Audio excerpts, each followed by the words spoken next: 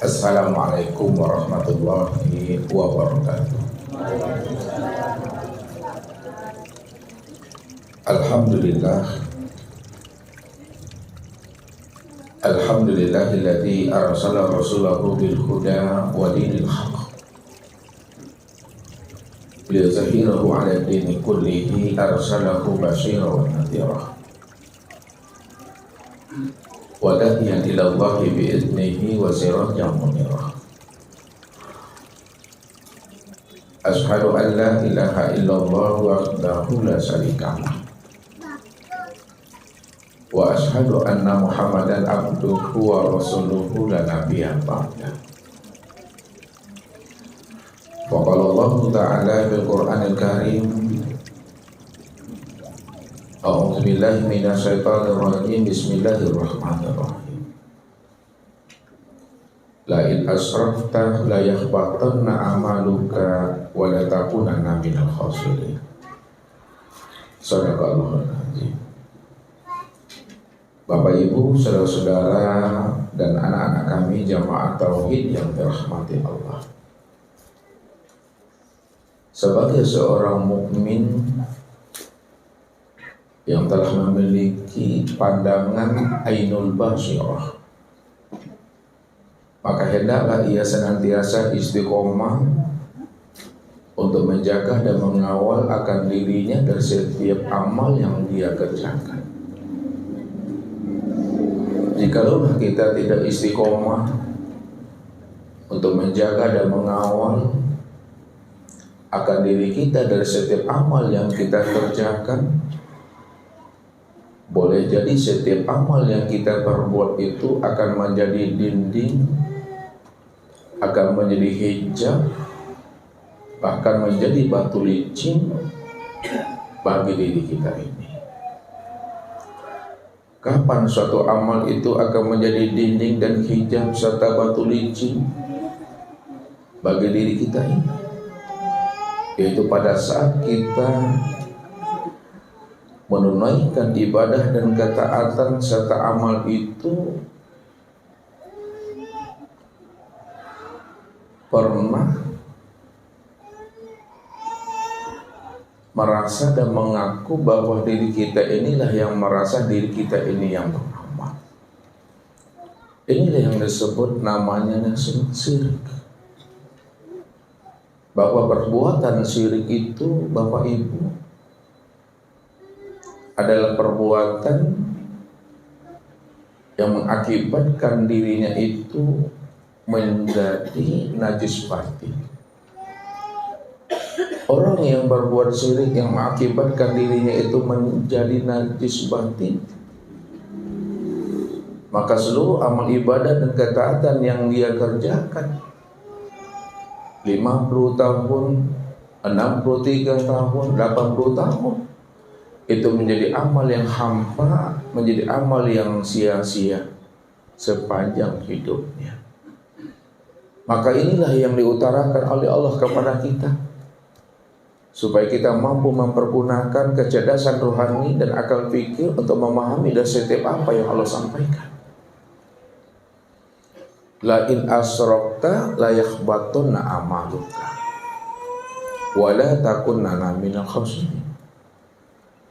Jikalau engkau berbuat syirik, engkau tidak mengesahkan aku yang menyebabkan dirimu itu adalah najis, la yakhbatunna amaluka, maka seluruh amal yang kamu lakukan, seluruh amal yang kita kerjakan dan seluruh amal yang kita perbuat puluhan tahun lamanya itu, la yakhbatunna amaluka, amalmu menjadi hampa, menjadi sia-sia, amal yang tertolak.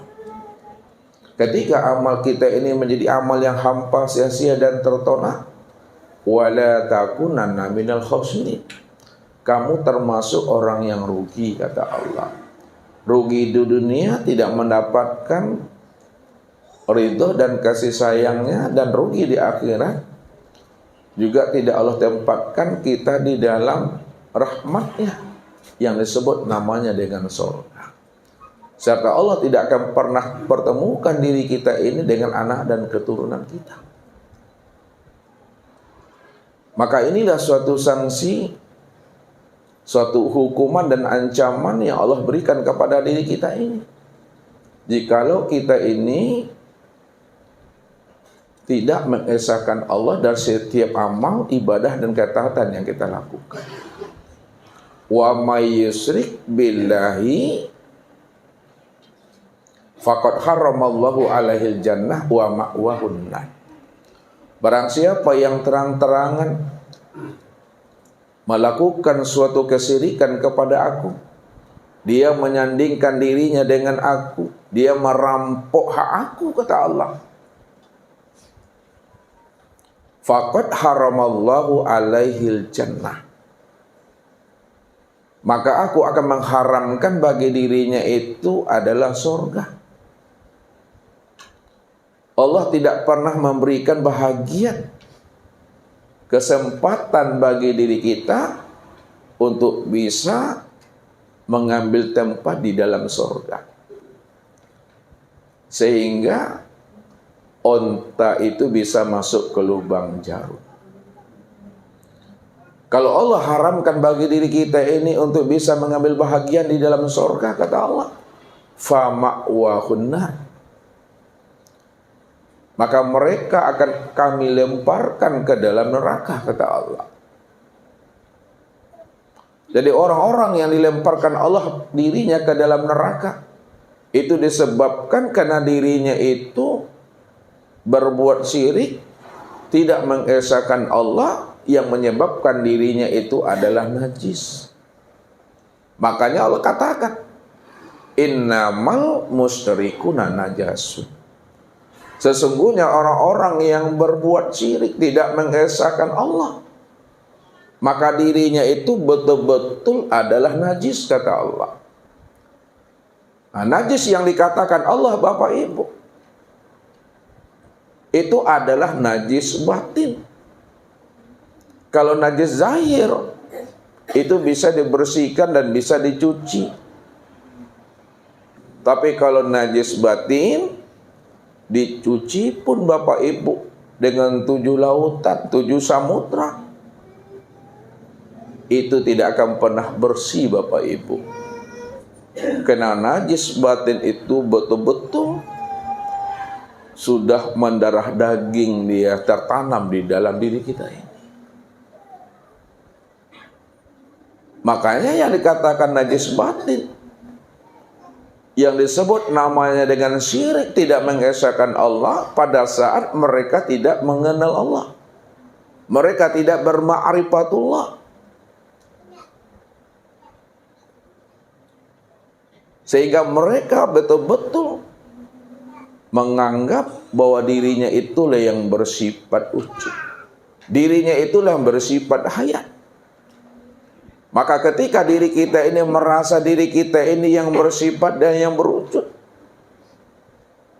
pada saat itulah sebenarnya najis batin itu melekat dia di dalam hakikat rahasia diri kita ini.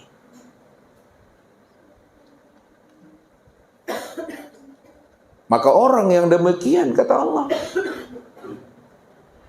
dalam menjalankan kehidupan di alam dunia sebagai bentuk cerita dan kasih sayang aku, kata Allah, Allah jelaskan, wa may yusyrik billahi faka'annama kharra minas sama'i fatakhtafuhu tayr au tahwi bihi fi makanin sahih. Barang siapa yang sengaja menantang aku, kata Allah, dia menyandingkan aku dengan sesuatu, dia tidak mengesahkan aku dari segala yang wujud pada alam dan pada dirinya, dari setiap gerak dan diam.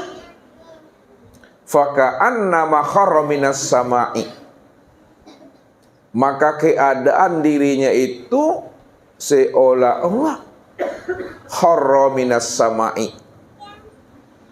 terjatuh dari langit.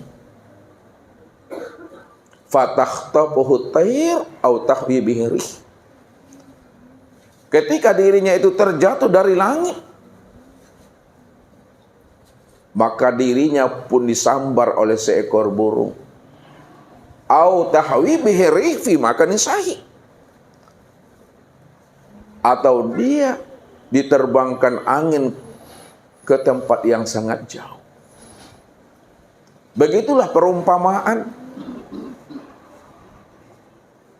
yang Allah berikan kepada manusia, yang mana dirinya itu tidak mengesahkan Allah dari setiap amal yang dia kerjakan. Sehingga setiap amal yang dia kerjakan itu menjadi dinding, menjadi hijab dan batu licin buat dirinya sendiri.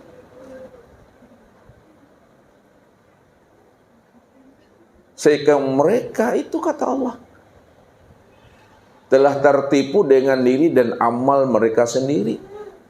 Mereka hanya mengira dan menyangka bahwa diri mereka telah berbuat amal, padahal mereka sudah tertipu dengan diri mereka sendiri, namun mereka tidak mampu memahami dan menyadarinya, kata Allah.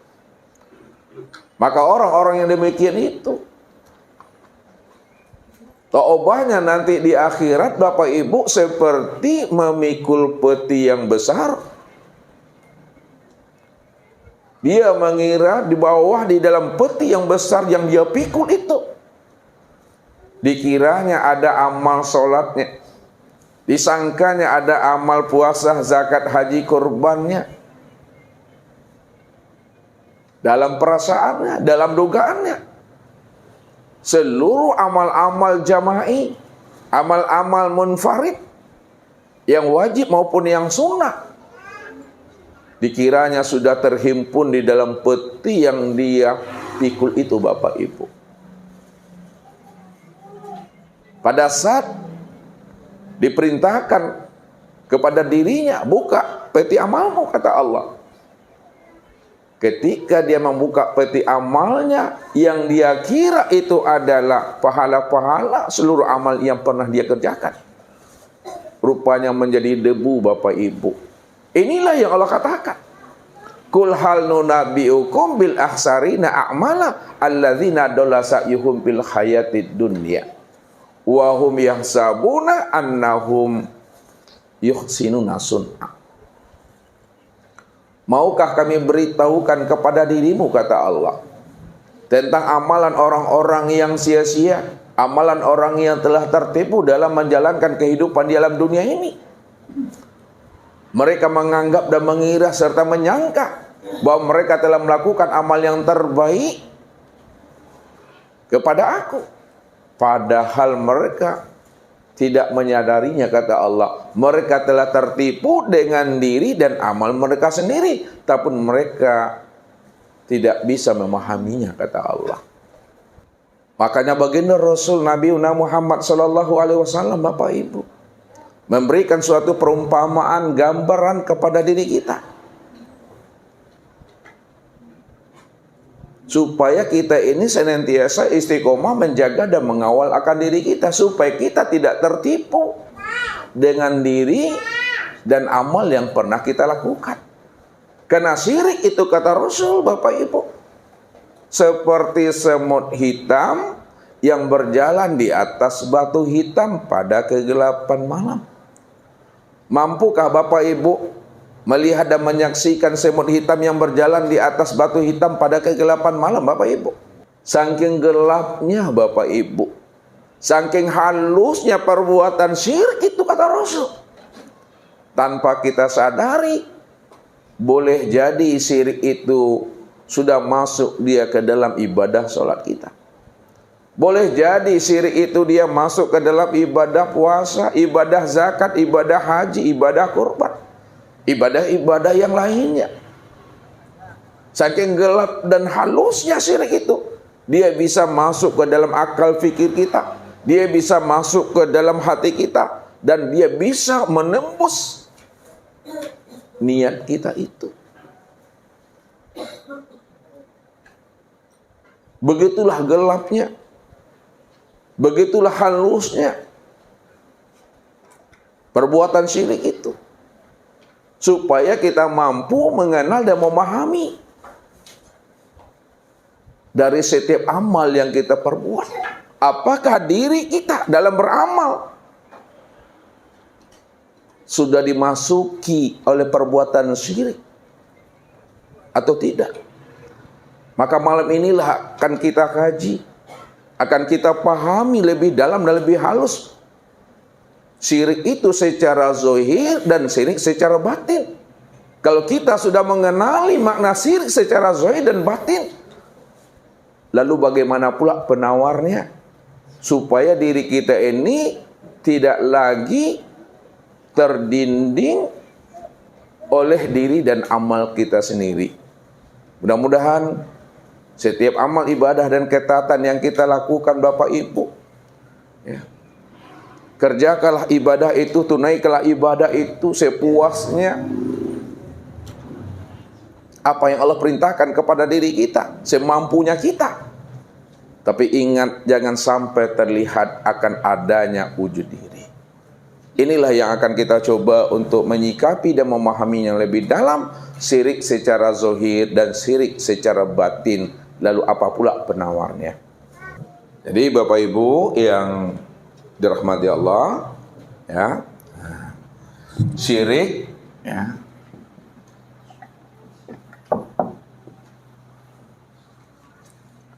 jadi syirik ini kita tinjau dari sisi ilmu fikih. Yang kedua, kita tinjau dari sisi ilmu tasawuf. Dan yang ketiga, kita tinjau dari sisi ilmu tauhid. Jadi level yang rendah, ya, itu di ilmu fikih. Level kedua itu di ilmu tasawuf, dan level yang ketiga itu terletak pada ilmu tauhid. Ini kita lihat Bapak Ibu. Yang pertama Bapak Ibu, syirik dalam pandangan ilmu fikih. Syirik dalam pandangan ilmu fikih ini berkaitan langsung dengan perbuatan tubuh kita.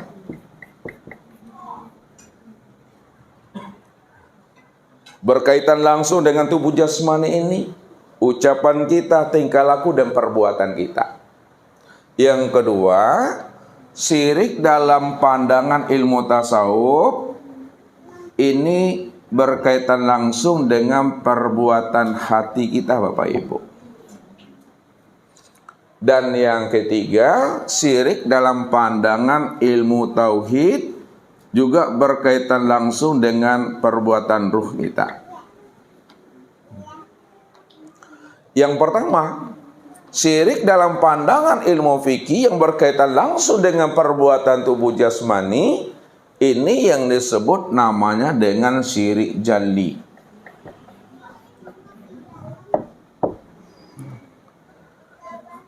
Ya. Yang kedua, syirik dalam pandang ilmu tasawuf yang berkaitan dengan hati, ini disebut namanya dengan syirik khafi. Dan yang ketiga, syirik yang berkaitan langsung dengan ilmu tauhid, yang berkaitan dengan ruh, ini yang dikatakan namanya dengan syirik khafi bil khafi.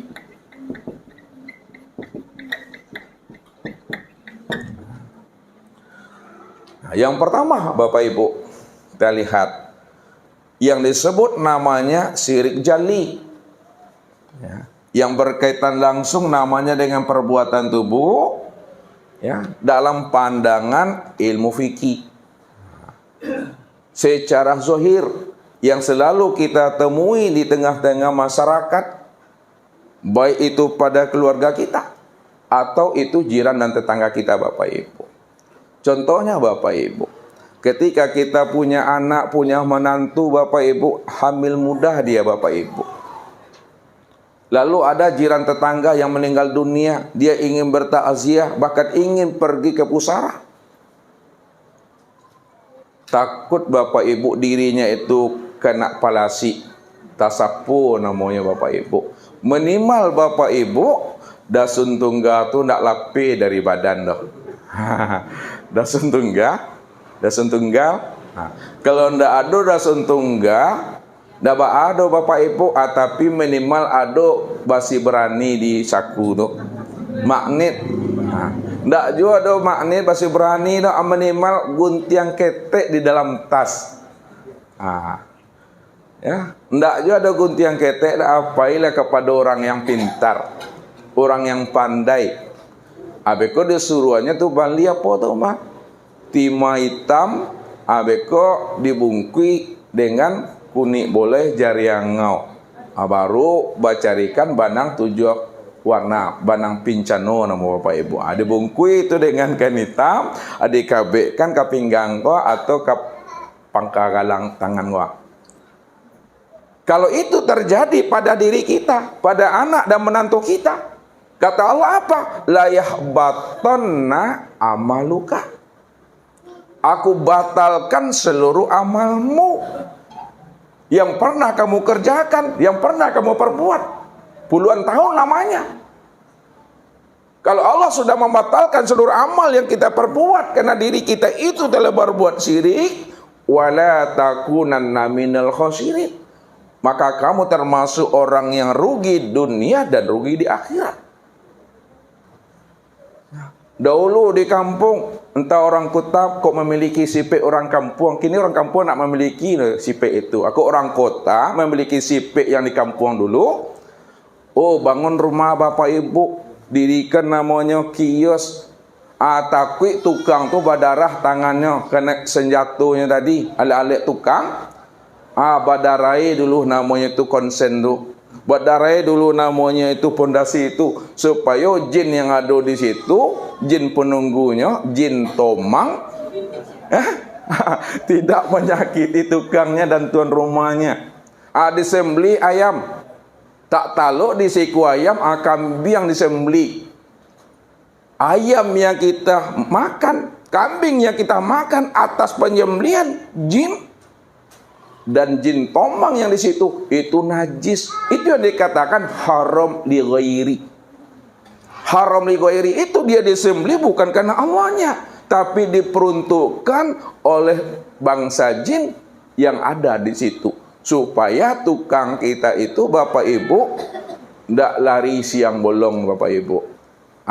Itulah yakhbatun amaluka bapak ibu. Itu syirik jali namanya bapak ibu. Bahasa Minangnya jale, bahasa orang Pekanbaru jelas, bahasa orang Siswa nyato. Ya.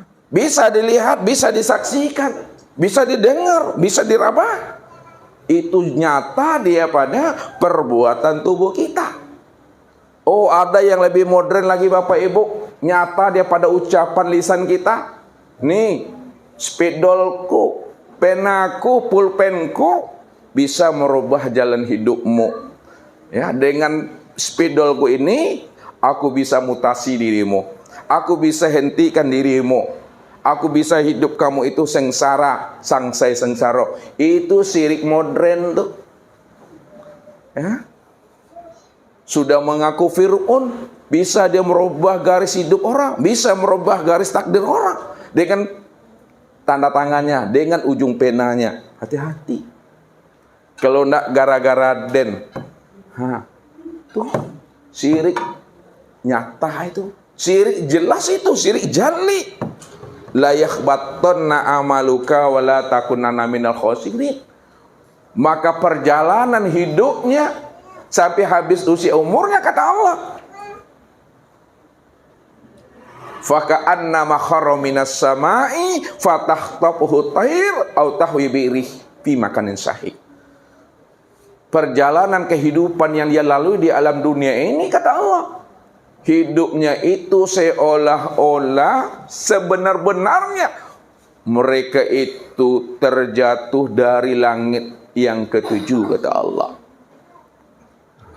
Ketika dia terjatuh dari langit yang ketujuh, langit yang tertinggi, lalu diterkamlah oleh seekor burung, ditangkap oleh seekor burung. Au tahwi bihi ri'ih fi makanin sahih. Kalau dia tidak ditangkap oleh seekor burung, tidak diterkam oleh seekor burung, maka dirinya itu ditiup angin ke tempat yang sangat jauh. Itu artinya apa?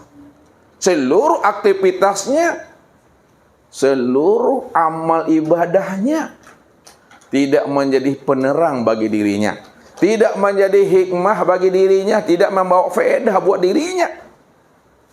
Bahkan amal yang dikerjakan seumur hidupnya itulah menjadi batu licin bagi dirinya, Bapak Ibu.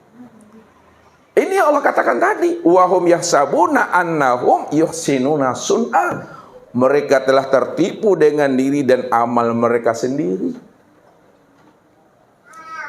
Ini yang kita mesti hati-hati, Bapak Ibu. Dikawal betul diri ini, dijaga betul diri ini, supaya diri yang melakukan amal itu tidak menjadi dinding dan batu licin bagi kita untuk berliku dengan Allah. Ini yang pertama. Level yang pertama dalam pandang ilmu fikih. Secara namanya itu zohir, Bapak Ibu. Sekarang bagaimana kita memahami syirik jali ini secara pandangan batin? Syirik jali secara pandangan batin, Bapak Ibu. Apabila kita merasa diri kita ini yang beramal, diri kita ini yang berbuat, diri kita ini yang beribadah, merasa kita-kita yang punya wujud, merasa kita-kita yang punya sifat, lalu sebesar zarah amal yang keluar dari diri kita, itu kita katakan sebagai usaha kita, sebagai ikhtiar kita, sebagai kemampuan kita, maka itulah yang dikatakan syirik, kata Allah. Padahal diri kita di hadapan Allah adalah la haula wala quwata illa billah. Tidak ada sebesar zarah kemampuan kita ini untuk beramal, untuk beribadah. Tak ada kuasa kita ini berdiri, angkat takbir, ruku, i'tidal, sujud, dan duduk, kalau bukan karena izin Allah. Ini yang dikatakan oleh baginda Rasul, la tataharrakun zarrah ila bismillah. Tidak bergerak sebesar zarah pun, tidak ada gerakmu, tak ada diammu, tak mampu kamu beribadah dan beramal, melainkan itu semata-mata atas izinku, kata Allah. Izin Allah, Bapak Ibu. Inilah yang Allah ingatkan kepada diri kita. Kul kullu min indillah, ma indakum yanfadu wa ma indallahi baqi. Katakan, hai Muhammad, semua aktivitasmu, semua amalanmu, yang zahir maupun yang batin, min indillah, itu datangnya dari sisiku, kata Allah. Itu adalah bentuk rahmatku, itu adalah bentuk anugerahku, itu adalah bentuk curahan, limpahan kasih sayang aku kepada dirimu. Walaula fadlullahi alaikum warahmatuhu ma zaka minkum min adin abada lakuntum minal khasirin. Kalau bukan karena karunia dan rahmat serta balik kasih sayang aku kepada dirimu, kamu tetap berada dalam keadaan rugi, kata Allah. Tidak pernah terbetik dan terlintas di dalam hati kita, di dalam hakikat rahasia diri kita untuk melakukan suatu amal. Tapi kenapa Bapak Ibu, kenapa kita bisa melakukan suatu amal? Sebesar zarah amal yang keluar dari diri kita, itu semata-mata adalah bentuk anugerah dan kasih sayangnya Allah kepada diri kita. Maka berbahagialah kita, Bapak Ibu. Gembiralah kita. Kapan kita gembira dan bahagia? Pada saat kita mampu memandang pemberian Allah kepada kita. Pada saat kita bisa memandang Allah melimpahkan karunia-Nya, Allah melimpahkan anugerahnya kepada diri kita, sehingga dengan karunia dan anugerah Allah yang Allah berikan kepada kita, kita mampu untuk melakukan suatu amalan ibadah dan ketaatan kepada dirinya. Namun Bapak Ibu, hati-hati. Jangan kita gembira, jangan kita bahagia pada saat kita mampu menyilau dan menyenter ke dalam diri. Pada saat kita mampu menyilau dan menyenter ke dalam diri, dengan diriku, dengan kemampuanku, dengan usahaku, aku mampu untuk beramal dan beribadah. Itulah yang dikatakan diri kita dengan amal yang telah kita perbuat menjadi dinding dan batu licin bagi diri kita sendiri. Bukankah Allah dah katakan tadi, ma indakum yanfadu, apa yang ada pada dirimu, gerak dan diammu kamu, kata Allah, sebesar zarah tidak ada hak milikmu. Gerakmu itu terbit daripada kudratku, kata Allah. Kalaulah gerakmu itu terbit daripada kudratku, aku yang punya kudrat, aku yang titipkan kudrat itu pada dirimu, jangan kamu merasa kamu itu yang berkudrat. Jangan kamu merasa bahwa dirimu itu yang punya kemampuan, kata Allah. Kalau kamu yang merasa punya kudrat, punya kemampuan, lalu kamu bangga, kamu mampu melakukan ibadah dan ketaatan, kata Allah, maka kegembiraan, kebanggaan, dan kesenangan kamu menilik dan menyenter amalmu sendiri, itulah sebenarnya batu panaruang bagi dirimu, batu licin bagi dirimu, Bapak Ibu. Ini yang kita mesti hati-hati.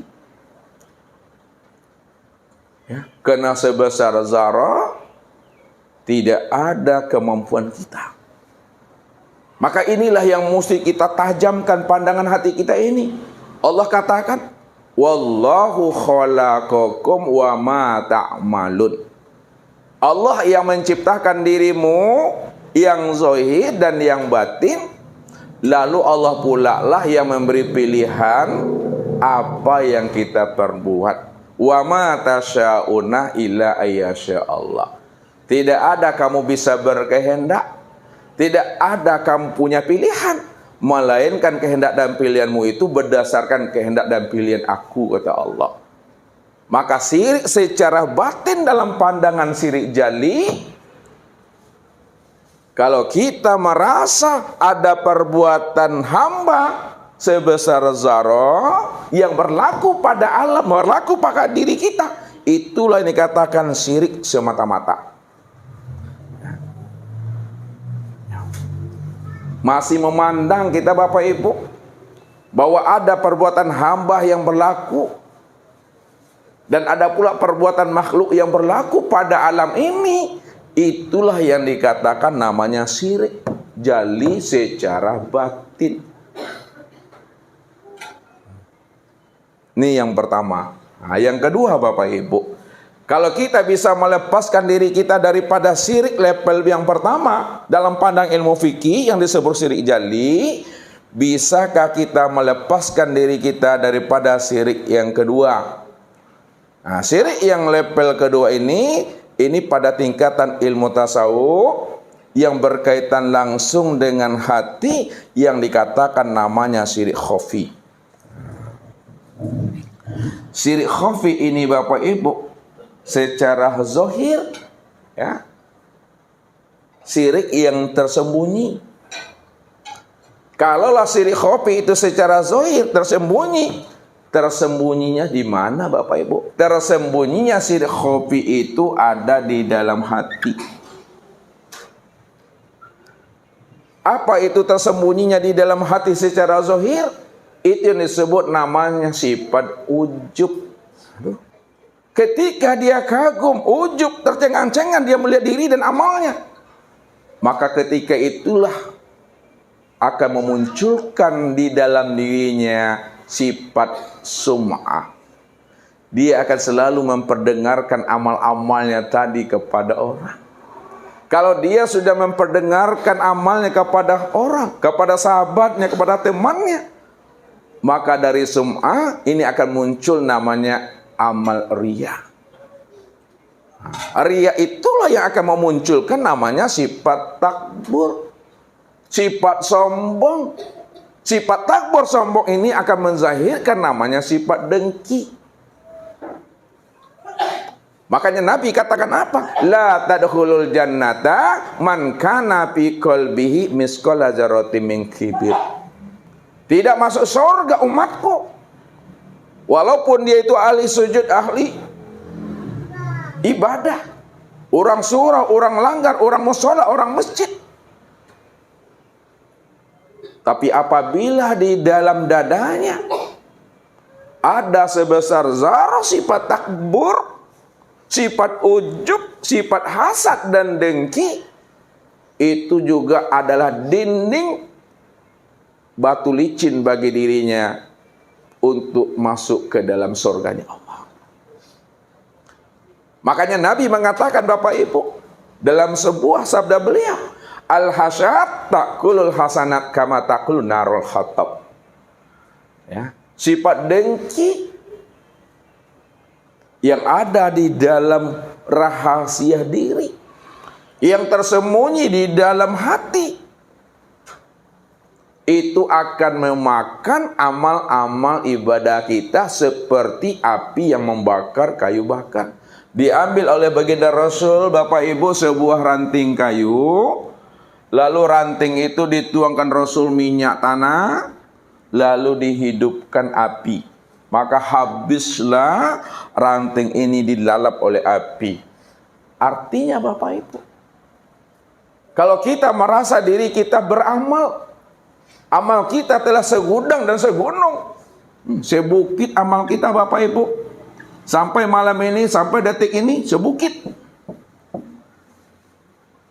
Tapi ada sifat ujub, ada sifat takbur, ada sifat dengki dalam diri. Maka amal kita nih yang sebukit, yang segunung ini meleleh Bapak Ibu kayak es. Habis ini hancur lebur dia Bapak Ibu. Ini bahayanya. Ya. Syirik khafi itu Bapak Ibu. Ya. Kenapa? Karena dia tersembunyi di dalam hati. Ini yang sering terjadi. Oh, ada yang lebih halus lagi Bapak Ibu, syirik khafi itu. Syirik khafi yang lebih halus itu, dia tersembunyi di dalam niat. Maksudnya ada niat di dalam niat. Kita udah katakan tadi, usolli fardal maghribi salasa raka'atin ma'muman mustaqbilal qiblati adaan lillahi ta'ala. Sengaja aku sholat fardhu maghrib 3 rakaat menjadi makmum, ya, karena Allah Ta'ala. Ketika kita berniat, betul-betul niat sholat kita itu kita tujukan kepada Allah. Namun pada saat sholat itu berlangsung Bapak Ibu, maka di situ pula yang namanya nafsu dan setan itu dikencongkannya nyawa Bapak Ibu. Dipalingkan oleh nafsu niat kita tadi itu. Ya, dari Allah dipalingkan kepada surga. Siapa yang beribadah yang ditujunya adalah surga, siapa yang beribadah yang ditujunya adalah pahala, maka surga dan pahala yang dia tuju itu juga menjadi batu licin bagi dirinya. Itu adalah dinding dan hijab bagi dirinya. Di mana letaknya pahala dan surga yang dia tuju selain daripada Allah itu menjadi dinding, menjadi hijab bagi dirinya. Ingat Bapak Ibu, kita ini hamba. Kalau kita ini hamba, surga dan pahala juga adalah makhluk. Kalau surga dan pahala adalah makhluk dan kita ini hamba, lalu seorang hamba dalam beribadah ditujukannya amalan ibadahnya kepada makhluk yang bernama surga dan pahala, itulah suatu kesyirikan. Kalau kita sadar bahwa diri kita ini hamba Bapak Ibu, maka tujukanlah ibadah kita itu kepada yang bukan makhluk. Yang bukan makhluk siapa Ibu-Ibu? Allah. Allah itulah yang bukan makhluk. Itu maknanya. Jadi kalau Allah itu orientasi kita dalam beribadah, ilahi anta maqsudi. Ya Allah, ya Rabbku, Engkau yang aku tuju ya Allah. dari setiap ibadah yang kita dirikan, setiap ibadah yang kita tunaikan, betul-betul ibadah kita itu ditujukan, disandarkan kepada Allah semata-mata. Inilah komitmennya kita setelah kita mengatakan anta rabbi wa ana abduka, inna sholati wa nusuki wa mahyaya wa mamati lillahi rabbil alamin. Ya Allah, sesungguhnya salatku, ibadahku, hidup dan matiku ya Allah, melainkan semata-mata hanya untuk dirimu seorang saja ya Allah. Inilah yang mesti kita hantarkan. Nawaitu kita, niat dan azam kita itu hanya kepada Allah saja Bapak Ibu. Jangan kepada makhluk, jangan kepada alam, jangan kepada sesuatu selain daripada diri Allah. Makanya Allah mengatakan la atakabbalu illa mabtugha bihi wajhi. Aku tidak terima amal ibadah hambaku yang dia kerjakan, melainkan amal ibadah yang hanya semata-mata diuntukkan hanya untuk diriku semata saja, kata Allah. Disitulah letaknya Bapak Ibu, Allah itu pencemburu. Allah tak mau dirinya itu diduakan. Karena Allah tidak mau dirinya diduakan, maka Allah membuat hati hambanya itu hanya satu saja di dalam dadanya. Ini Allah katakan, ma ja'alallahu li rajulin min qalbaini fi qalbihi. Allah sekali-kali tidak pernah menjadikan, membuat dua hati di dalam rongga hambanya. Kenapa Allah tidak buat dua hati di dalam rongga hambanya? Hanya cukup satu, supaya hati kita yang satu itu betul-betul secara utuh dan sempurna diserahkan kepada Allah Bapak Ibu. Itu artinya apa? Kalau hati kita ini diisi dengan bermahabbah, dengan rindu dan bermajah-majah dengan Allah, hati kita ini kita utarakan kepada Allah, hati kita ini kita tujukan kepada Allah, hati kita ini bersandar kepada Allah, bergantung kepada Allah, maka yang namanya dunia nafsu tidak akan pernah mengambil bahagian di dalam hatinya kita Bapak Ibu. Kenapa dunia dan nafsu tidak bisa mengambil bahagian di dalam hati Bapak Ibu?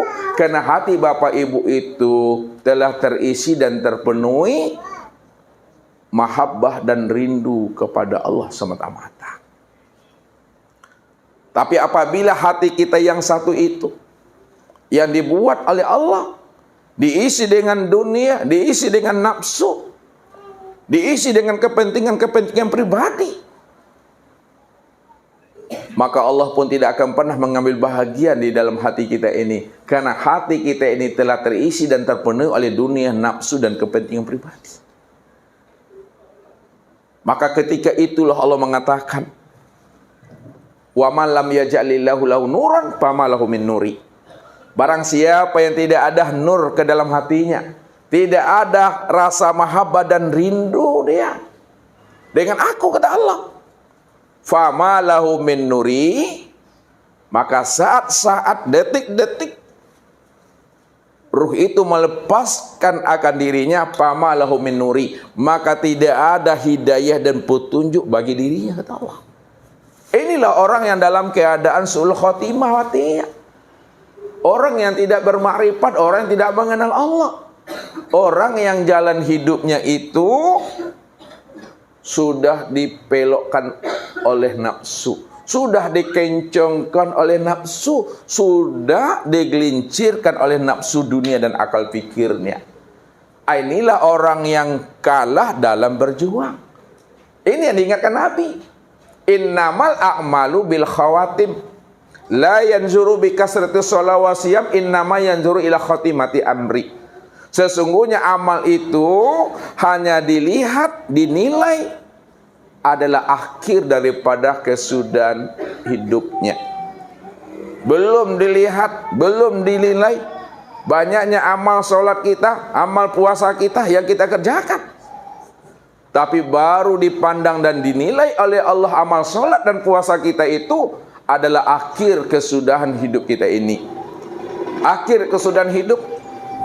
Pada saat ruh itu melepaskan cangkangnya, ruh itu melepaskan namanya casingnya, pada saat yugorgir, apakah dia masih mampu mengenal, menyaksikan Allah pada dirinya atau tidak? Kalau dia mampu menyaksikan Allah sempurna pada dirinya, karena dirinya sudah berkelima, inilah yang disebut namanya orang yang mati syahid. Ini yang dikatakan namanya orang yang husnul khotimah, orang yang telah mengenal Allah disebabkan dirinya telah berkelimah, Bapak Ibu. Diri yang berkelimah itu, Bapak Ibu, diri yang telah mengenal dan menyaksikan Allah pada diri sendiri.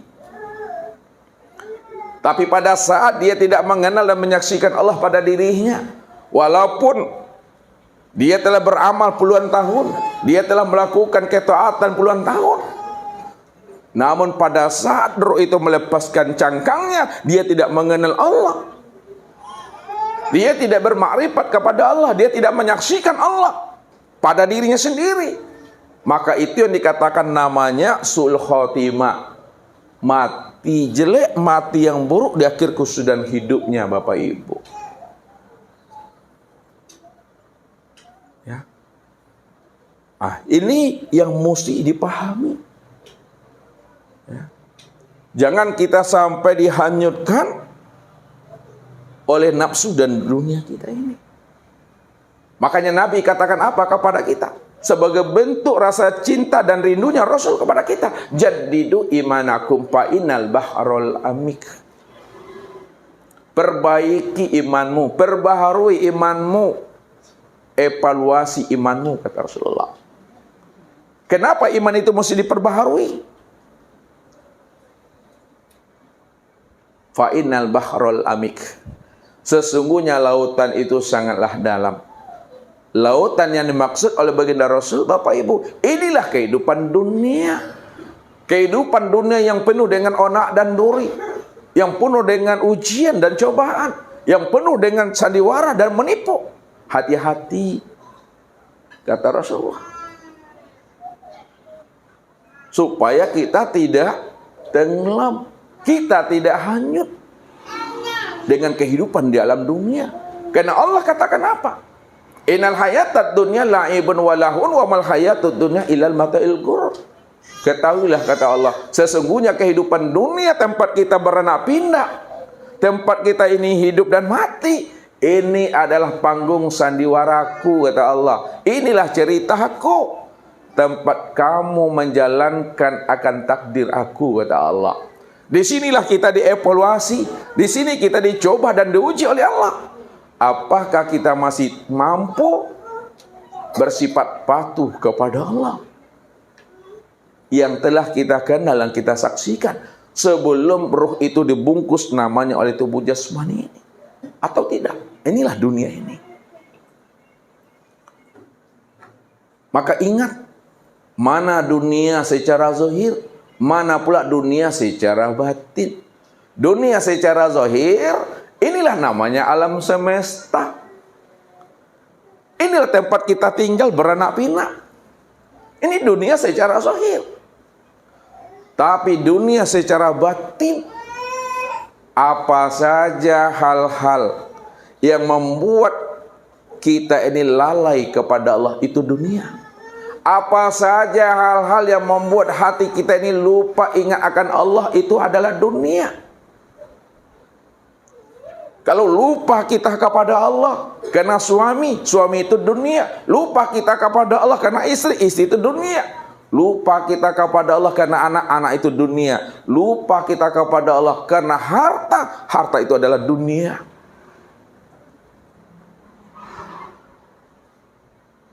Maka ini yang kita mesti pahami akan janji kita kepada Allah, supaya kita ini hidup mampu menghantarkan amanah itu kembali kepada Allah. Bagaimana awalnya adalah fitrah bersih dan suci, mesti pulang dan kembalinya tetap dalam keadaan fitrah bersih dan suci. Ini Allah katakan kepada kita. Walaqad ji'tumuna furada kama khalaqnakum awwala marrah. Kamu pasti akan datang kembali menemui aku masing-masing sendiri-sendiri dan surang-surang. Tapi ingat kata Allah, siapa yang datang menemui kami masing-masing sendiri-sendiri dan surang-surang, temuilah kami ini sebagaimana awal mula pertama kali kami menciptakan akan dirimu, kata Allah.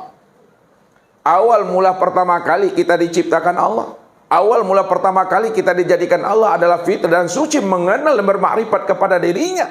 Pada saat ruh ini melepaskan tubuh jasmani ini, kita pun mestinya telah mengenal dan telah bermakrifat kepada Allah. Diri kita ini telah berada dalam keadaan suci dan fitrah. Diri yang suci, diri yang fitrah, diri yang sudah bermakrifat, itulah diri yang selamat. Itu yang dikatakan namanya qalbun salim. Yauma la yanfa'u malun wala banun illa man atallaha biqalbin salim. Pada hari itu nanti, kata Allah,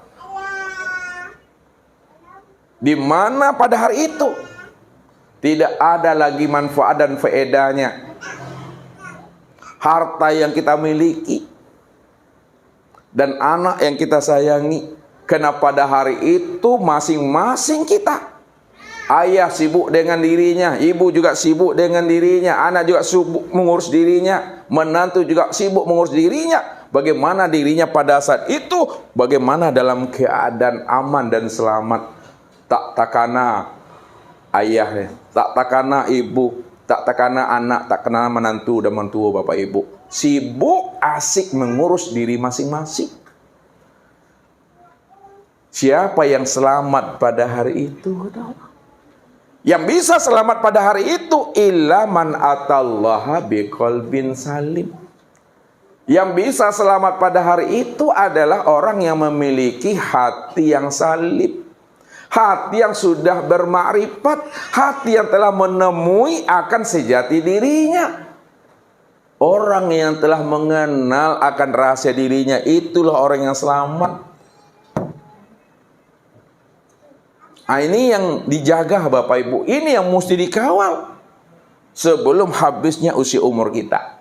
Kalau tidak, maka kita selalu terjebak dalam syirik khafi. Pada saat itu amalmu, ibadahmu la yakhbatanna amaluka batal, kata Allah. Ini secara zahir. Namun bagaimana syirik khafi ini secara batin?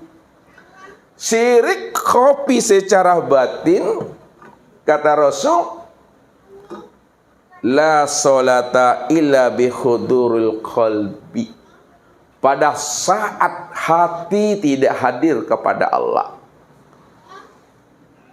hati hadir kepada sahabat, hati hadir kepada anak menantu, hati hadir kepada suami istri, hati hadir kepada harta, maka pada saat itu kamu sudah berbuat syirik. Ibadahmu nggak sah, ibadahmu nggak diterima. Itulah amal ibadah yang sia-sia. Sholat subuh kita tak hadir hati kepada Allah, syirik, dosa. Sholat zuhur tidak hadir hati kepada Allah, syirik, dosa. Sholat asar, sholat maghrib, sholat isya tidak hadir hati kepada Allah, syirik, dosa. Kan itu adalah najis bagi dirimu. Makanya sedetik Bapak Ibu, sesaat Bapak Ibu, pada saat hati ini tidak hadir kepada Allah, itu adalah najis, itu adalah syirik itu. Lalu bagaimana cara kita nanti menghadirkan hati kita kepada Allah, sehingga setiap saat, setiap detik, ruh yang keluar masuk, ruh yang turun naik, hati yang berdetak, dia tetap ingat akan Allah. Tentu ada penawarnya Bapak Ibu.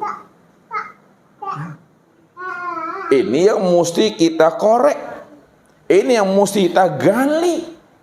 Apa obatnya, apa penawarnya itu, supaya tidak lagi terjadinya syirik khafi itu di dalam diri kita ini. Ya, ini yang disebut namanya syirik secara batin. Tidak hadirnya hati kepada Allah. Tidak hadirnya hati kepada Allah itu tandanya arti kita tuh alpa. Hati kita tuh absen namanya. Hati kita tuh lalai. Kalau hati ini sudah alpa, absen, lalai, ini yang dikatakan Allah, fawailul lil qasiyati qulubuhum min zikrillah ulaika fi dhalalim ba'id. Itu kata Allah tuh. Maka celakalah orang-orang yang mana hatinya itu telah menjadi batu karang. Hatinya itu telah keras, telah membatu. Sehingga hati yang telah keras, yang telah membatu, tidak ada ingatnya dia kepada Allah. Tidak sadar dia siapa dirinya, siapa yang menciptakan dirinya. Orang yang tidak sadar akan dirinya, tidak sadar dia akan menciptakan dirinya, ketika itu dia telah terang-terang menantang Allah. Bukankah Allah katakan kepada kita, awalam yarul insanu anna khalaqnahu min nutfatin fa idza huwa khasimun mubin. Kenapa kamu tidak perhatikan dirimu? Kenapa kamu tidak senter dirimu? Aku jadikan dirimu itu dari setetes air yang tertumpah. Lalu setetes air yang tertumpah itu aku jadikan menjadi segumpal darah. Segumpal darah aku bentuk dia menjadi segumpal daging. Aku bentuk dia dalam bentuk tulang belulang. Lalu tulang belulang itu kami bungkus lagi dengan daging, kata Allah. Fatabarakallahu ahsanul khaliqin. Kami ciptakan dirimu sebaik-baiknya. Tapi kamu betul-betul menjadi seorang penantang aku, kata Allah. Fa idza huwa khasimun mubin. Kamu betul-betul menantang akan diriku. Orang yang dikatakan Allah sebagai penantang dirinya, durhaka kepada dirinya, orang yang tidak mengenal akan Allah yang menjadikan dirinya dari tidak ada lalu menjadi ada. Lalu dia lupa ingat akan Tuhan, tak pandai dia berterima kasih kepada Allah. Orang yang tidak pandai berterima kasih kepada Allah adalah orang yang tidak mampu mengenali siapa sang penciptanya, siapa rahasia dirinya. Itulah dia dikatakan Allah fa iza huwa khasimun mubin, maka dia menjadi musuhku yang sangat nyata, kata Tuhan. Ini yang disebut namanya syirik secara batin. Pada syirik khafi, tidak hadirnya hati kepada Allah. Maka sesaat, sedetik lupa ingat kepada Allah, itu adalah kafir. Dan yang ketiga, Bapak Ibu, nah, level ketiga, syirik dalam tingkatan ilmu tauhid. Nah, syirik dalam tingkatan ilmu tauhid yang berkaitan langsung dengan roh, ini yang disebut namanya syirik khafi bil khafi. Tersembunyi lagi tersembunyi. Di atas tersembunyi masih ada tersembunyi. Di atas tersirat masih ada lagi yang tersirat. Halus lebih halus lagi. Mana yang dikatakan syirik khafi bil khafi? Tersembunyi lagi tersembunyi secara zahir. Syirik khafi bil khafi secara zahir, Bapak Ibu, yang tersembunyi pada diri kita. Itulah yang dikatakan oleh Rasul, wujuduka zanbun.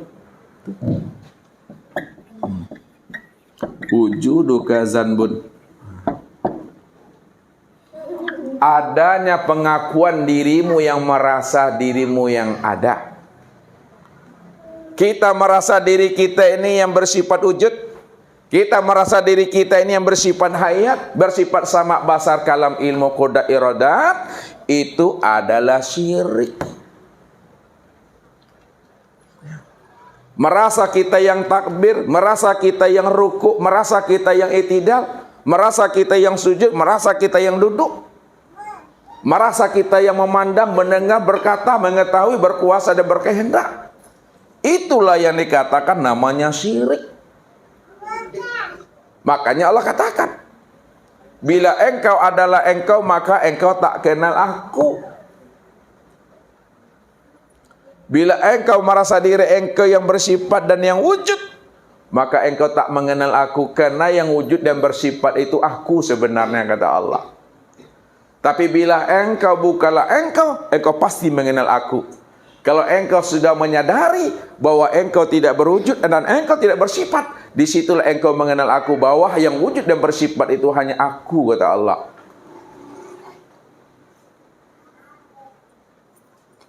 Tapi kalau ada rasa kesadaran diri kita ini hak milik kita, ada rasa kesadaran diri kita ini adalah hak milik kita, merasa diri kita ini yang berbuat, itu adalah syirik semata-mata, Bapak Ibu. Ini yang dikatakan syirik khofi bil khofi secara zohir. Tapi syirik khofi bil khofi secara batin, bagaimana Bapak Ibu? Syirik khofi bil khofi secara batin, pada saat Bapak Ibu tidak mampu memandang Allah pada segala yang wujud, baik pada alam maupun pada diri, tak terpandang Allah, itulah yang dikatakan namanya syirik khofi bil khofi secara batin. Ini yang dikatakan oleh Nabi, man nazara ila say'in malam yarallaha fihi fahuwa batil. Barang siapa yang bisa memandang kepada ayahnya, mampu memandang kepada ibunya, kepada suaminya, kepada istrinya, kepada anak, cucu dan menantunya, lalu dia tidak mampu memandang Allahnya pada ayah, ibu, suami, istri, anak, cucu dan menantu, maka itu adalah syirik, itu adalah najis.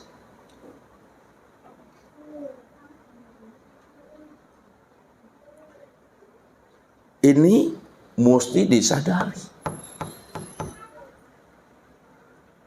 Maka jangan kita selalu berdiri di atas batu licin. Jangan kita selalu berada di atas keakuan diri kita. Selama kita berdiri di atas keakuan diri kita, maka selama hidup kita itu, satu batang tubuh ini, Bapak Ibu, itu dah syirik itu. Ini yang akan menjadi bahan bakarnya neraka nantinya. Waquduhan nasu wal hijara. Bahwa bahan bakar neraka itu adalah terdiri daripada manusia dan batu. Ini secara zohir syirik khofi bil khofi. Dan secara batin tidak mampu dia menilik dan memandang Allah yang wujud secara nyata dan sempurna pada dirinya.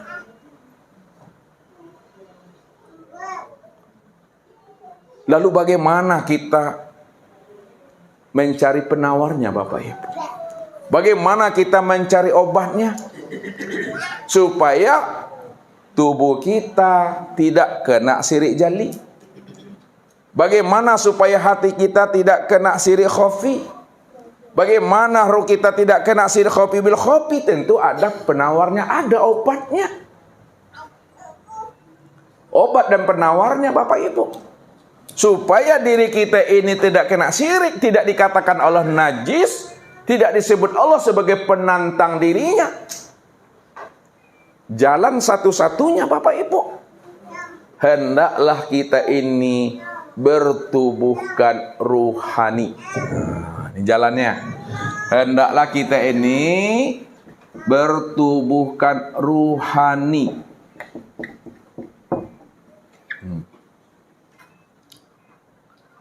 Jadi secara pandangan ro'a, lihat, secara pandangan ro'a,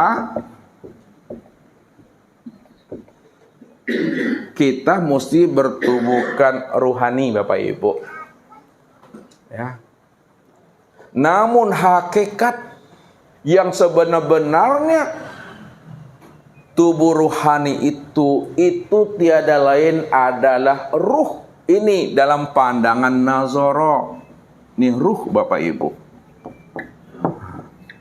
Secara pandangan hakikat, ya, atau pandangan Nazara, bahwa tubuh ruhani itu maksudnya adalah ruh dalam pandangan hakikat. Ya. dalam pandang Nazara. Namun dalam pandangan Basira, ya, bahwa yang dikatakan ruh itu tiada lain adalah nur, Bapak Ibu. Jadi kita mesti bertubuhkan nur. Ini dah dalam pandangan namanya Basira. Jadi tubuh ruh itu maksudnya hakikatnya dalam pandangan nazar, ya, dalam pandangan mata hati itu adalah nur. Jadi kita mesti bertubuhkan nur. Ya. Secara pandangan absor, yang dimaksud secara hakikat yang bertubuh nur itu tiada lain, kita ini bertubuhkan Allah. Bertubuhkan Allah, Bapak Ibu. Inilah yang dimaksud dengan pandangan absor. Dalam pandang absor, bahwa yang bertubuhkan nur itu tiada lain adalah Allah. Jadi bertubuhkan Allah. Yang dikatakan bertubuhkan Allah, Bapak Ibu, yang dikatakan bertubuhkan Allah itu adalah bertubuhkan zat, itu bertubuhkan sifat, itu yang disebut bertubuhkan asma, bertubuhkan af'alnya Allah, Bapak Ibu. Ya. Jadi bertubuhkan Allah itu maksudnya bertubuhkan zat, bertubuhkan sifat, asma dan af'al Allah. Makanya kumpulan, himpunan zat, sifat, asma dan af'al, ini yang dikatakan namanya dengan wujudullah. Wujudullah, nyatanya Allah. Ya, nyatanya Allah itu, ya, pada insan, pada manusia. Bagaimana kita melihat nyatanya zat itu pada manusia? Kita lihat nyatanya zat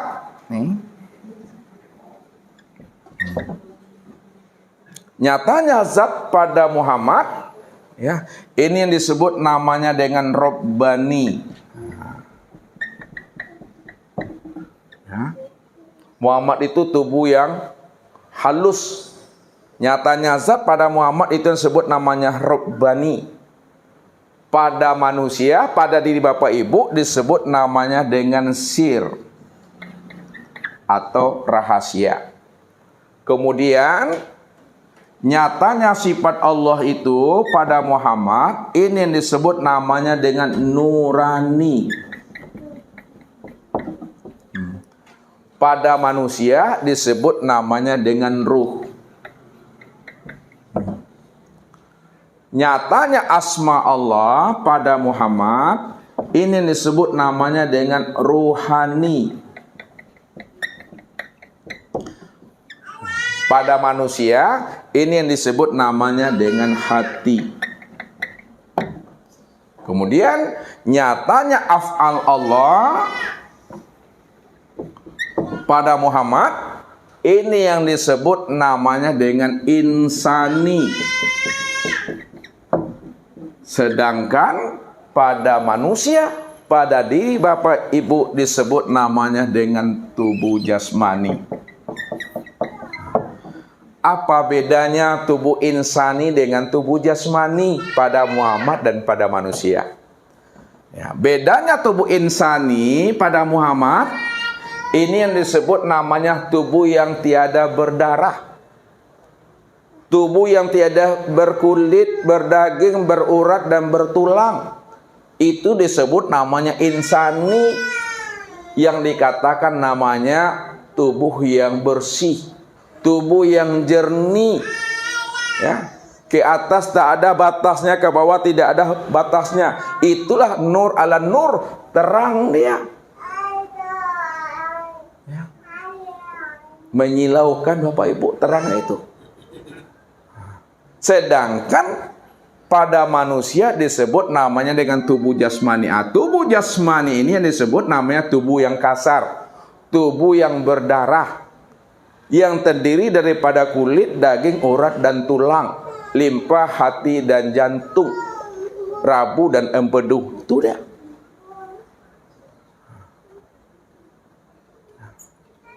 Ini rahasianya. Makanya ketika kita telah mengenal bahwa kita mesti bertubuhkan Allah.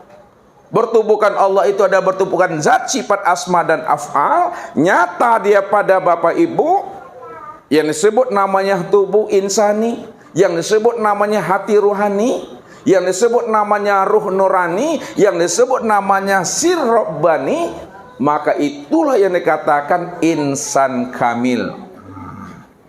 Insan kamil.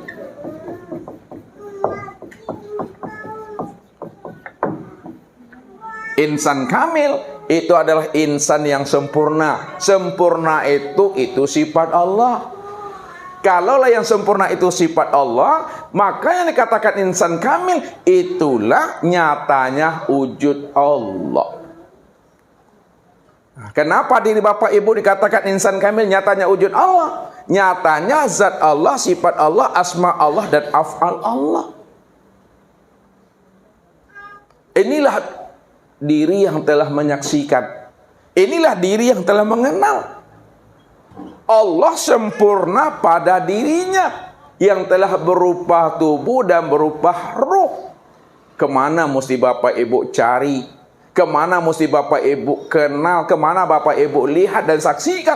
Kalau bukan kepada diri sendiri. Namun diri sendiri bukanlah kenyataan diri Bapak Ibu. Diri sendiri ini yang ada pada diri Bapak Ibu itu adalah kenyataan dirinya Allah. Inilah yang dikatakan al-insanu sirri wa ana sirrahu. Insan itu rahasiaku dan akulah yang menjadi rahasianya. Jadi Allah itulah yang menjelaskan bahwa dirinya itulah yang insan. Insan itu ya aku, kata Allah. Kalau Allah yang mengatakan dirinya insan dan insan itu aku, tidak ada yang protes Bapak Ibu. Itu Allah bilang. Apa kata Allah kepada kita? La yus'alu amma yaf'al wa hum yus'alun. Tidak ada yang mampu menghakimi aku. Tidak ada yang mampu menanya-nanyai aku. Apa yang aku perbuat itu terserah aku, kata Allah. Karena aku ini maha. Maka karena aku ini maha, aku ini Rabb, aku ini Tuhan. Maka apa yang aku perbuat itu sesuka hatiku. Apa yang aku ucapkan itu sesuka hatiku. Tapi apa yang kamu perbuat, apa yang kamu ucapkan, akan aku minta pertanggungjawabannya, kata Allah. Nah, kalau Allah yang mengatakan dirinya insani, tak ada yang protes Bapak Ibu. Karena Allah yang menjelaskan itu. Al-insanu siri wa siri sifati wa sifati la ghairi. Insan itu adalah rahasiaku. Rahasiaku itu adalah sifatku. Sifatku itu sebenar-benarnya adalah aku. Makanya orang yang telah mengenal akan rahasia dirinya tidak lain adalah nyatanya Allah. Itulah yang dikatakan insan kamil. Karena telah sempurna dia mengenal Allah pada dirinya zahir dan batin, ditambah lagi namanya mukamil.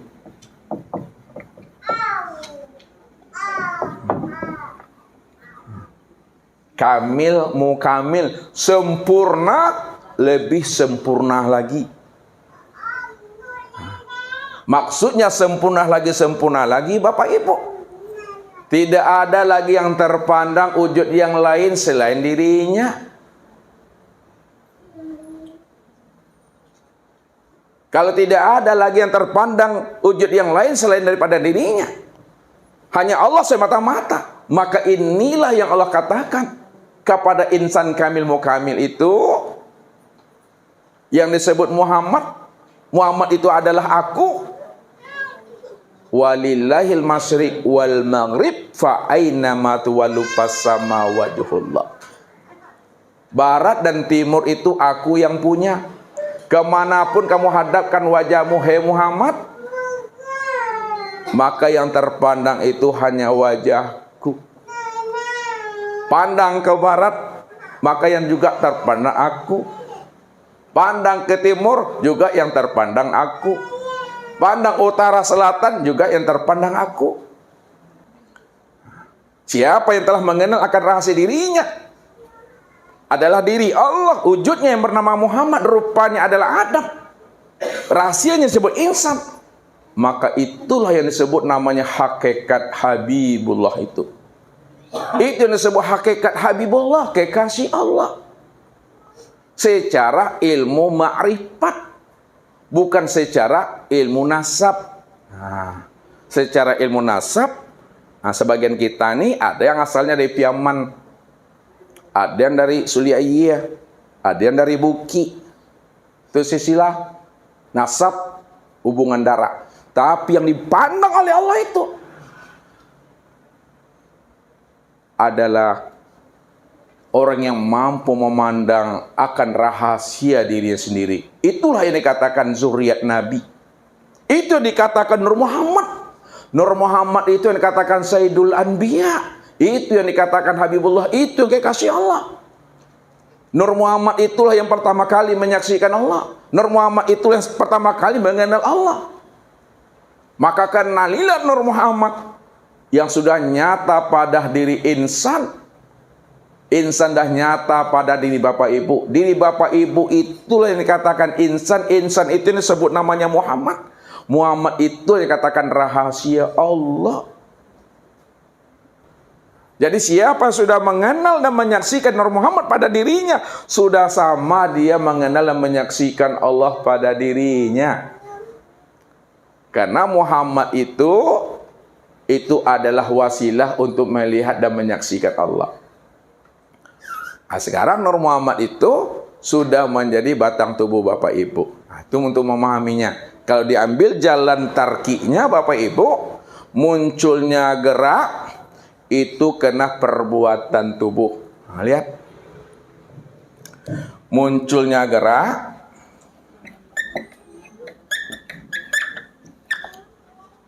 ya, itu karena perbuatan tubuh. Munculnya perbuatan tubuh itu karena gerak hati. Munculnya gerak hati itu karena ruh. Munculnya gerak ruh itu karena nur. Munculnya gerak nur itu adalah karena Allah. Lihat lagi, kita lakukan tanazul untuk menyaksikan gerak Allah, untuk menyaksikan wujud Allah. Memandangnya kepada nur. Ini Bapak Ibu. Kalau Bapak Ibu ingin melihat geraknya Allah, wujudnya Allah yang dikatakan oleh Rasul, la tataharrakun zarrah illa bismillah, tidak bergerak benda sebesar zarah kalau bukan izinnya Allah. Sekarang lihatlah wujud dan geraknya Allah. Untuk memandang wujud dan geraknya Allah itu, mandangnya itu kepada nur. Untuk memandang nur, pandanglah dia kepada ruh. Untuk memandang ruh, pandanglah kepada hati. Untuk memandang hati, pandanglah kepada tubuh. Untuk memandang tubuh, pandanglah kepada segala gerak dan diam. Bahwa segala gerak dan diam, itulah nyatanya perbuatan tubuh, geraknya tubuh. Kesimpulannya, secara tahqiq, apa yang diperbuat oleh gerak dan diamnya tubuh itu sebenarnya, ini dengan rasa. Apa yang diperbuat oleh gerak tubuh, apa yang diperbuat oleh diamnya gerak tubuh, itu sebenarnya dalam pandangan rasa Bapak Ibu, zuk, itu adalah sempurnanya, nyatanya geraknya Allah di situ. Tuh, mesti dipahami. Dengan rasa mengambilnya Bapak Ibu. Pada saat kita telah mengenal dan memahaminya dengan rasa, pada saat itu pula lah diri Bapak Ibu dikatakan namanya fana billah. Nah, itu tuh. Fana.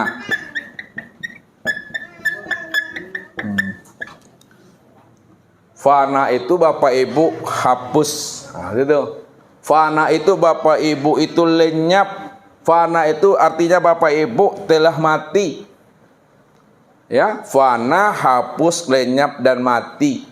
Hapus yang apanya yang dihapuskan, apanya yang dimatikan, apanya yang telah lenyap. Maksud fana, hapus dan lenyap itu maksudnya lenyapnya kesadaran akan dirinya yang merasa punya wujud, yang merasa punya sifat. Kalau sudah lenyap, sudah mati, sudah hapus akan kesadaran dirinya yang merasa dia yang wujud, merasa diri yang bersifat, maka itulah yang disebut namanya fana billah. Kalau sudah fana billah, barulah terjadi namanya baqa billah. Baqa billah. Baqa billah itu terjadi setelah fana. Kalau dia belum fana wujudnya ke dalam wujud Tuhannya, kalau dia belum fana sifatnya ke dalam sifat Tuhannya, maka belum disebut namanya fana. Yang dikatakan fana itu lenyapnya kesadaran akan keakuan dirinya tadi yang merasa wujud dan sifat ke dalam kesadaran diri Tuhan yang wujud dan bersifat. Ketika itu terjadi namanya baqa. Kalau sudah terjadi namanya baqa Bapak Ibu, itu Bapak Ibu sudah berselindung namanya. Nah, kalau kita sudah berselindung wujud kita, sudah berselindung sifat kita, sudah lebur dan sudah fana wujud dan sifat kita ke dalam wujud dan sifatnya Allah, maka yang nampak berdiri sebatang tubuh nih, dari ujung rambut sampai ujung kuku ini adalah wujud dan sifat Allah semata-mata. Disitulah letaknya qiyamuhu binafsihi wahdaniyah itu. Itu dia maksudnya. Maka yang memandang itu aku lagi, yang mendengar itu aku, yang berkata itu aku, yang memegang aku, yang melangkah itu aku. Itulah yang dimaksudkan oleh Allah itu.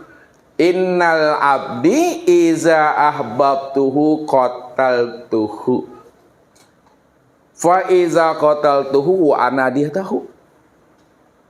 Sesungguhnya hambaku, apabila dia telah menjadi kekasihku, dia telah mengerti, dia telah kenal, dia telah sadar, dia telah paham bahwa dirinya itu nur. Sedangkan nur itu adalah rahasiaku. Rahasiaku itu aku. Wa ana, dia tahu, akulah sebenarnya yang menjadi akan dirinya itu. Dirinya itu aku itu yang dirinya. Jadi tak ada dirinya, yang ada itu diri aku. Kalau ada yang merasa dirinya ada, itu ngaku-ngaku namanya Bapak Ibu. Padahal Allah katakan, Qul huwallahu ahad. Engkau itu aku itu yang engkau. Kalau engkau tidak ada, aku itu yang engkau, maka akulah semata-mata yang ada. Itu dia maksudnya. Itu udah berselindung namanya. Ada sadar kita itu Bapak Ibu. Sesadar-sadarnya akan keakuan diri kita tidak ada, yang ada hanya Allah. Allah yang wujud, Allah yang hayat. Kalla lisanahu. Nah, pada saat itu kata Rasul, kalla lisanahu, maka keluhlah lidahmu lagi. Nah, keluh lidah artinya la sautun wala harfun. Tidak ada lagi namanya penyebutan. Ya, tidak ada lagi namanya huruf, tidak ada lagi namanya suara. Tak disebut-sebut lagi. Siapa yang menyembah, siapa yang disembah, siapa yang memuji, siapa yang dipuji, siapa yang mengingat, siapa yang diingat, siapa yang memandang, siapa yang mendengar, siapa yang berkata, siapa yang mengetahui kuasa berkaitan dengan hidup. Tak perlu lagi disebut-sebut Bapak Ibu. Kalau disebut juga Bapak Ibu, Bapak Ibu itu hanya menyatakan barang yang sudah wujud, menyatakan barang yang sudah nyata, menyatakan barang yang sudah jelas, menyatakan barang yang sudah tampak. Walaupun tak disebut Allah, Allah ini segala yang wujud, Allah segala yang nampak, Allah segala yang diraba, Allah segala yang didengar, Allah segala-galanya, tak disebut pun itu Bapak Ibu, tak dibunyikan kalimat itu, ya, tak dibual-bualkan, tak dibincang-bincangkan. Apakah dia itu belum nyata? Sudah nyata. Sudah jelas, sudah wujud. Kalau dia sudah nyata, sudah jelas, dia telah wujud, lalu kita sebut juga itu hanya untuk menyatakan barang yang sudah wujud, untuk menjelaskan barang yang sudah nyata, untuk menjelaskan barang yang sudah terang Bapak Ibu. Sebagai apa? Sebagai pemahaman bagi orang yang belum sampai pahamnya. Walaupun tidak disebut, walaupun tidak diungkapkan, walaupun tidak diutarakan, memang sudah wujud, memang dia sudah nyata, memang dia sudah terang benerang Bapak Ibu. Kalaulah sudah wujud, sudah nyata, sudah terang benerang, maka tak perlu disebut-sebut. Itulah duduknya paham itu. Ini yang Ustadz katakan tadi, ya, man lam yazuk lam yadri, man lam yadri lam ya'rif, man lam ya'rif man lam yafham, man lam yafham man lam yaskut. Siapa yang tidak merasa, pasti dia tidak akan tahu. Siapa yang tidak tahu, pasti dia tidak kenal. Siapa yang tidak kenal, pasti dia tidak akan paham. Siapa yang tidak paham, pasti dia tidak akan diam. Maksudnya, orang yang diam itu sesungguhnya tidak ngomong-ngomong lagi, tidak bicara-bicara Allah ini Allah bersifat, Allah berwujud, Allah mendengar itu. Dia diam karena dia sudah paham. Dia paham karena dia sudah kenal. Dia kenal karena dia telah tahu. Dia tahu karena dia sudah ada rasa. Kalau udah rasa, tidak bisa disebut lagi Bapak Ibu. Mungkin itu saja Bapak Ibu yang dimuliakan Allah. Disitulah cara kita melepaskan diri kita ini daripada kesyirikan. Jadi walaupun Bapak Ibu memandang dan mendengar serta berkata, bergerak dan diam, maka sebesar zarah tidak ada lagi terlihat akan kewujudan diri Bapak Ibu yang merasa wujud dan bersifat. Itu saja, mudah-mudahan Allah berikan kita kemudahan dalam memahami rahasia ilmu ini, dan Allah pahami akan diri kita ini dengan hidayah dan petunjuknya. Sekarang kita buka muzakarah dan pertanyaan. Assalamualaikum warahmatullahi wabarakatuh.